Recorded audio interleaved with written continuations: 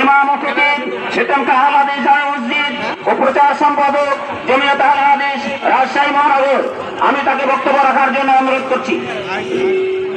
আসসালামু আলাইকুম ওয়া রাহমাতুল্লাহ। সম্মানিত উপস্থিতি, আজকে আমরা এমন একটি সময় এখানে এসে উপস্থিত হয়েছি যে সময় আমাদের হৃদয়ে রক্তক্ষরণ হচ্ছে। আজকে ফিলিস্তিন আমার ভাই এবং বোনদের, ছোট ছোট বাচ্চাদের রক্ত আজকে রঞ্জিত হয়েছে। এই উপস্থিতি আমরা বলতে চাই, যারা তথাকথিত সভ্যতার দাবিদার, যারা নিজেকে সভ্য বলে দাবি করে, যাদের বাড়িতে একটা কুকুর বিড়াল মারা গেলে মায়া কান্না কাঁদে, আমরা তাদেরকে বলতে চাই, কোন সভ্যতার দাবিতে আপনারা ফিলিস্তিনি ভাইদেরকে এইভাবে মানবতা বিরোধী গণহত্যা করছেন? আমরা জাতিসংঘের জবাব চাই। আমরা জানতে চাই, জাতিসংঘের দায়িত্ব কি শুধু দর্শকের ভূমিকা পালন করা, নাকি কোনো ব্যবস্থা আপনারা নেবেন? প্রিয় উপস্থিতি, আমরা বিশ্ব মুসলিম নেতাদেরকে বলতে চাই, আপনাদের শুধুমাত্র প্রতিবাদ জানানোই আপনাদের দায়িত্ব না। আপনাদের দায়িত্ব হচ্ছে কিছু দায়িত্ব গ্রহণ করা এবং আপনাদের কিছু বাস্তবায়ন করা।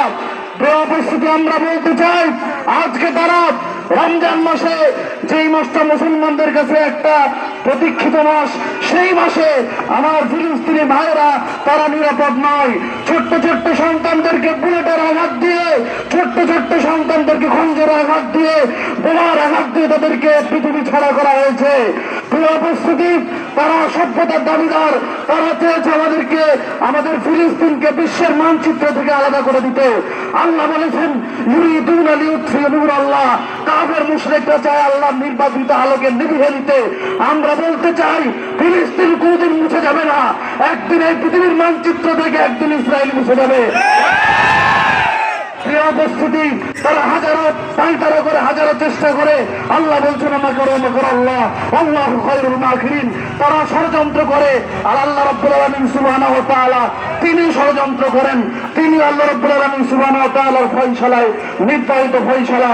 প্রিয় উপস্থিতি, সুতরাং পরিশেষে বলতে চাই, আজকে আমরা আহলুল হাদিস সমাজ একত্রিত হয়েছি। সমাজে একটা কথা প্রচারিত রয়েছে, আহলুল হাদিসরা জিহাদে কেন পিছিয়ে? আমরা জিহাদে পিছিয়ে না। বিশ্ব নেতাদেরকে বলতে চাই, আপনারা জিহাদে ডাক দেন, দেখবেন আহলুল হাদিস সমাজ তারা সামনের কাতারে থেকে যুদ্ধ করবে ইনশাআল্লাহ। আহলুল হাদিস সমাজের উপরে যে তকমা লাগানো হয়, জিহাদে আমরা অগ্রসর নই, আমরা পিছিয়ে থাকি।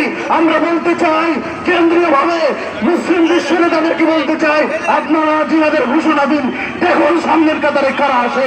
আহলুল হাদিস সমাজ সামনের কাতারে থেকে খালিদ বিন ওয়ালিদের মতো করে, তারপরে আমরা আম্মার বিন ইয়াসিরের মতো করে সামনে থেকে নেতৃত্ব দেব ইনশাআল্লাহ।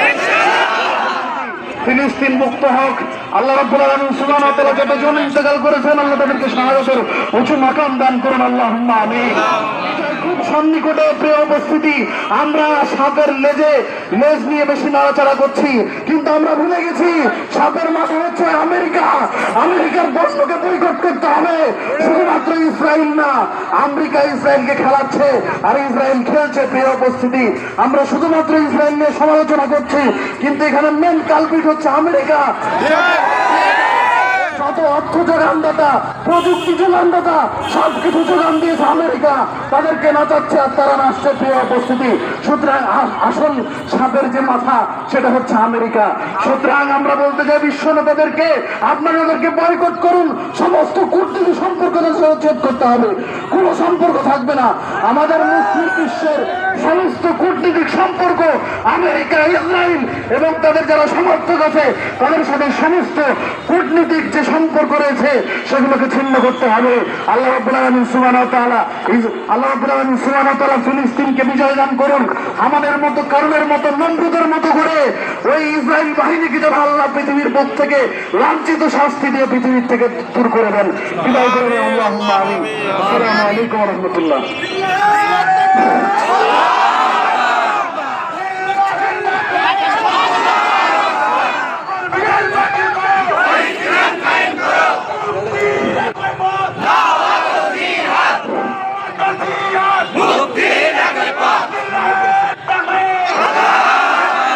সম্মানিত উপস্থিতি, এ পর্যায়ে আপনাদের সামনে বক্তব্য রাখবেন আহমদী আন্দোলন বাংলাদেশের কেন্দ্রীয় সাংগঠনিক